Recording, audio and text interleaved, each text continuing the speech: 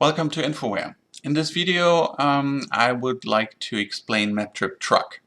As you can see here on my smartphone, there is a truck icon instead of a car icon, indicating that I am now in truck mode.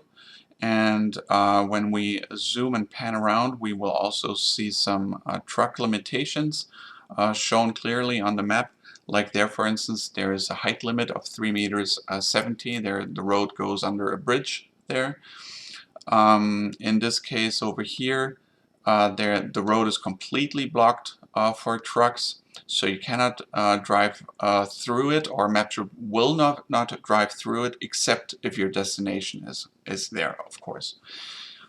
When we go into the settings, into the routing settings, you will find on the very top the vehicle type, and here you can select whether you're driving in a heavy truck that would like to prefer to, where you would like to prefer to stay on the highway for as long as possible, and on the major roads as long as possible, and totally avoid small roads, or a truck interurban, which is meant for smaller trucks, or if you're a car.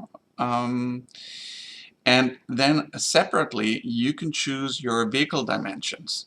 So you can say, we've prepared some profiles here, or you can create your own and enter the specifics, the dimensions of your truck, like width, height, weight, number of axles, length, and so on and so forth.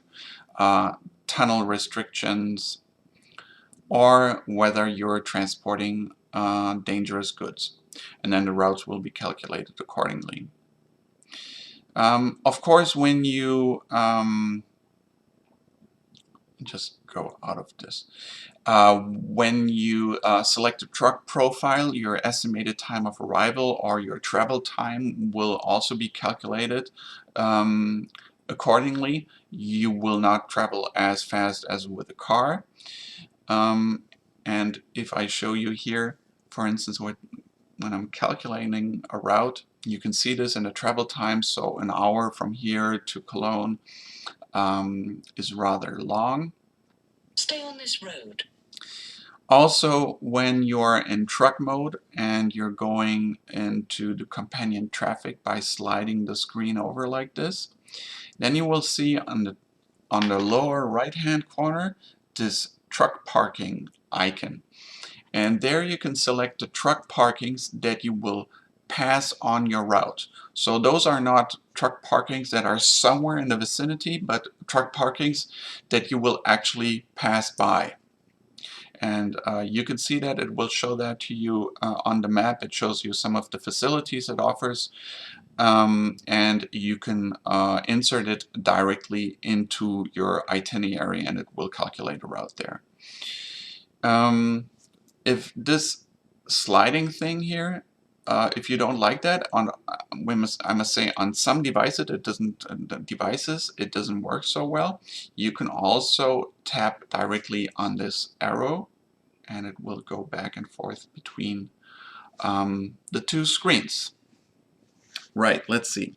Then there is also something which we call Multiview, because most trucks have more room, and they might have bigger screens. So we have created the Multiview in order to accommodate more information that you can see at one glance. And all of the functions and functionalities that I just showed to you are also available through the API. So if you run your own application on the same device and you wanted to interact with MapTrip, you can do all the settings via the API. Or if you want to do it remotely, you can of course do it using MapTrip Remote and use our JavaScript API to do it from a web application, for instance. So that was MapTrip Truck. If you have more questions, of course there are lots more options. If you have more questions, go ahead and contact us. Thank you.